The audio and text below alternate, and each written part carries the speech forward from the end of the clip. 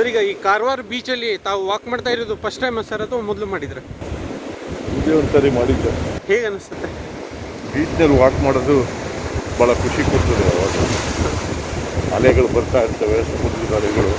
Sir, ಈಗ ಈ ಕಾರವಾರ ಬೀಚಲ್ಲಿ ತಾವು ವಾಕ್ ಮಾಡ್ತಾ ಇರೋದು ಫಸ್ಟ್ ಟೈಮ್ ಸರ್ ಅಥವಾ ಮೊದಲು ಮಾಡಿದ್ರೆ? ಇದೇ ಒಂದ್ಸರಿ ಮಾಡಿದ್ದೆ. ಹೇಗೆ ಅನಿಸುತ್ತೆ? ಬೀಚ್ನಲ್ಲಿ ವಾಕ್ ಮಾಡೋದು ಭಾಳ ಖುಷಿ ಕೊಡ್ತದೆ. ಅವಾಗ ಅಲೆಗಳು ಬರ್ತಾ ಇರ್ತವೆ, ಸಮುದ್ರದ ಅಲೆಗಳು.